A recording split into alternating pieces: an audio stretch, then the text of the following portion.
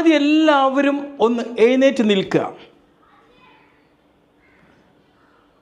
കണ്ണടക്കണമെങ്കിൽ അടക്കാം, അടിച്ചില്ലെങ്കിലും കുഴപ്പമൊന്നുമില്ല.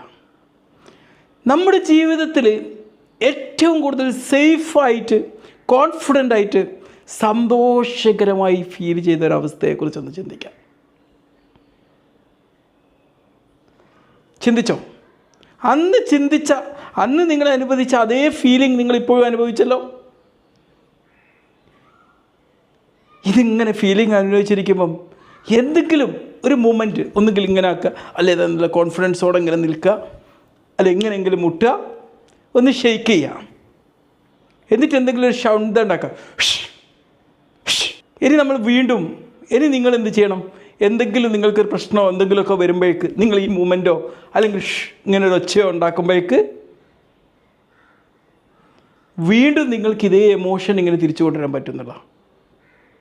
ഒന്നുകൂടി ഒന്ന് പോസ് ചെയ്യുക. 1 2 3 സൗണ്ട് ഉണ്ടാക്കുക,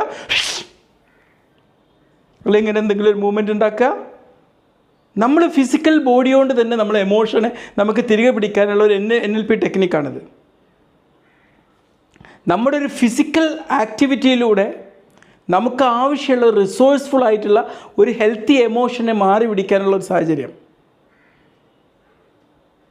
നമുക്കിനി എന്തെങ്കിലും ഒരു കോൺഫിഡൻസ് വേണ്ട സമയത്ത് നമ്മൾ എന്തൊരു പോസാണോ ഇങ്ങനത്തെ ഒരു പോസിലൂടെ നിൽക്കുക, എന്നിട്ട് നമ്മൾ കോൺഫിഡൻസോടെ നമ്മൾ എന്തെങ്കിലുമൊക്കെ ചെയ്ത ആ നിമിഷത്തെക്കുറിച്ചുള്ള ആ എമോഷനെ മാറി വിളിക്കുക. എന്നിട്ട് നമ്മൾ എന്താണോ ചെയ്യാൻ ഉദ്ദേശിക്കുന്നത് അതിലേക്ക് ഈ എമോഷനുമായിട്ട് അങ്ങോട്ട് പോവുക.